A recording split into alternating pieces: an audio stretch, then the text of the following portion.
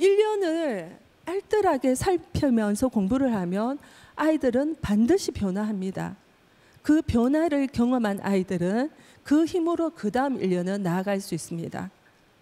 그 다음 1년은 아이들 마음속에 자신감이 생기기 시작합니다. 아, 이렇게 하면 되는구나.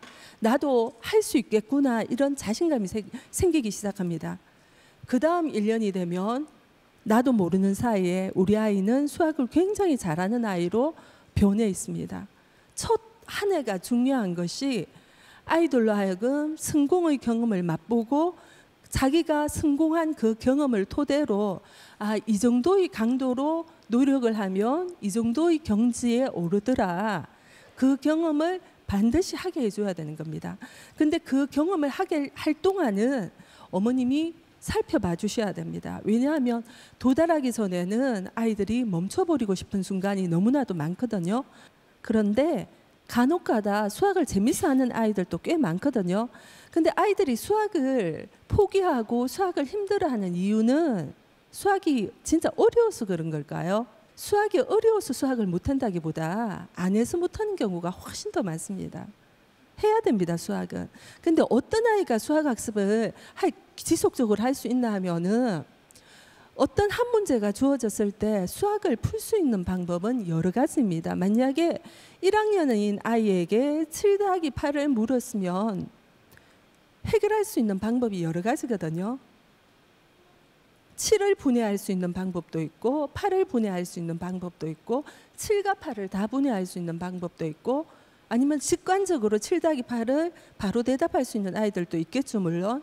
근데 어머님이 어릴 때부터 너무 직관적인 걸 요구합니다. 7 더하기 8 이러면은 15가 나오게끔 어머님들은 굉장히 강요하시거든요. 그러면 애들이 어려워합니다. 근데 여러 가지 방법들 중에 자기만의 방법으로 정답에 도달했을 때의 희열을 아는 아이들은 수학을 재밌어 합니다. 수학은 그러면 어떻게 하면은 좀 더 쉽게 접근할 수 있느냐 하면은 제일 좋은 전략은 보통 어머님들 초등학교 몇 학년이 되면 애들이 수학을 포기한다 그러잖아요. 한 몇 학년쯤? 근데 제일 좋은 전략은 뭐냐 하면은 5학년이 되었을 때 수학이 쉽게 느껴지도록 4학년 때까지의 학습을 완전 학습하는 게 제일 좋습니다. 선행학습 하라는 게 아닙니다.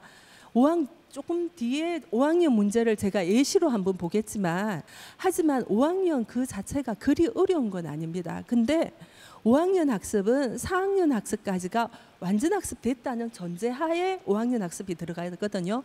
그래서 지금 5학년이 되지 않은 유아부터 4학년까지 아이의 어머님들의 목표는 뭐가 되어야 되느냐 하면 우리 아이가 5학년이 되었을 때 5학년 학습을 쉽게 받아들일 수 있게 4학년 내가 배우는 학습까지를 완전 학습시킨다가 목표가 되어야 됩니다. 5, 6학년인 아이들의 학습 목표는 뭐가 되어야 되느냐 하면 우리 아이가 중학생이 되었을 때 방정식을 풀 때 방해가 되지 않게 분수의 덧셈, 뺄셈, 곱셈, 나눗셈을 완전하게 연습시켜서 중학교로 올라가게 한다가 목표가 되어야 됩니다. 중학생인 아이들은 방정식과 함수의 연결고리를 잘 찾아가면서 공부를 시키면 됩니다. 사실 학습은 초등학교 때 습관을 잘 들여서 중학교 때부터는 스스로 학습할 수 있게 하는 게 제일 좋고요. 고등학교 때는 진짜 엄마가 뭐라 그래도 자기 의지가 없으면 안 됩니다. 보통 아이들이 수학을 포기하기 시작하는 시점은 4학년, 5학년부터입니다. 그래도 엄마가 강하게 밀어붙이고 진짜 아까 전에도 사교육 얘기 나왔잖아요. 사교육으로 강하게 밀어붙이면 언제까지 갈 수 있느냐 하면은 중3까지는 갈 수 있습니다. 사교육으로 밀어붙이면은. 근데 언제부터 안 되느냐 하면 고등학교 때부터는 무조건 안 됩니다. 왜냐하면은 중학교 수학까지는 그래도 단편적인 게 나옵니다. 그 단원에서 배우는 문제들에 관한 것들이 출제되어지거든요. 근데 고등학교를 가면은 단편적인 것이 나오지 않고 섞여서 나오기 시작합니다.